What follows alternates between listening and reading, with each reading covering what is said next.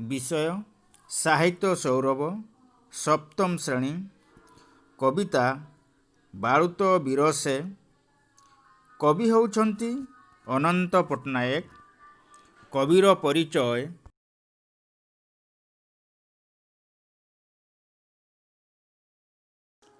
आधुनिक प्रगतिशील ओडिया साहित्य जगतर कविमानंक मध्यरे कवि अनंत पट्टनायक अन्यतम। तांको कविता गुड़िकरे श्रेणीहीन समाज प्रतिष्ठार स्वर शुणिबाकू मिले। समाजरे बहु पुरातन कालरू प्रचलित धर्मांधता, अंधविश्वास, अत्याचार और कुसंस्कार विरोधरे से सर्वदा स्वर उत्तोलन करिछंती। अनंत पट्टनायक केंद्र साहित्य एकाडेमी पुरस्कार 1980 और सोवियत लैंड नेहरू पुरस्कार 1965 मसीह पुरस्कृत होइछंती।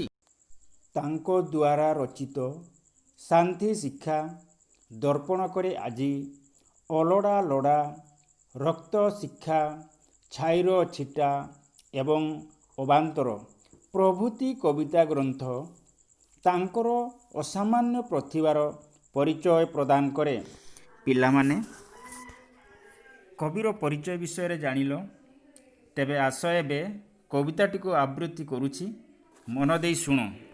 बरसा बिजुली खेलुथिला राति करे, नाचुथिला नई बाबत शिरो बेड़े, ना भिड़ बिले मंगरे रखी हाथ, सोईथिला चेई उभारिया हुला कात, नाउरी टका से देश आदेश पाई, नेइथिला ना संज बिलोकू बाही। एबे जानिबा कठिन शब्दर अर्थ। नार अर्थ नौका, ना नौका। मंगर अर्थ नौकार अग्रभाग। एबे जानिबा प्रसंगर प्रतिशब्द। ना नाव डंगा, नई तटिनी सरित, राति रात्रि निशा, नाउरी नाविक नाउरिया। पिलामाने प्रतिशब्द जानिल, एबे जानिबा कवितार प्रथम प्रसंगर सार कथा। कवि अनंत पट्टनायक देशवत्सल कवि प्राण बालक बाजीराउतर अनन्या देशप्रीति को कवितारे रूप दे समुज्जल करिछंती। वास्तव में बाजीराउत देशप्रेमर एक अद्भुत उदाहरण। मात्र 12 वर्षर छोटिया वीर बाजीराउत 1938 मसीहार गडजात प्रजा आंदोलन बेले साहिर लोकमानंक निष्पत्ति क्रमे ता उपरे पड़िथिला ब्राह्मणी नदीघाट जगिबार दायित्व। सेदिन रात्रि आकाशरे खेलुथिला दल दल मेघ, मेघ पवन बरसा बतास सांगकू बिजुलीर चमक परिवेश को भयंकर करिथिला। जेतेबेले हाथ रखी नार मुंडरे कात और आहुला को डेरी देई ना उपरे निज दायित्व संपन्न सचेतन थिला छोटिया नाउरिया पिला बाजीराउत।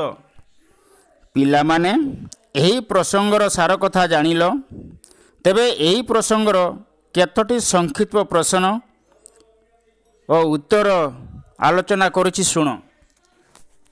पिलामाने प्रथम प्रश्नटी होउछि, बाळुत बिरसे कवितार कवि किए?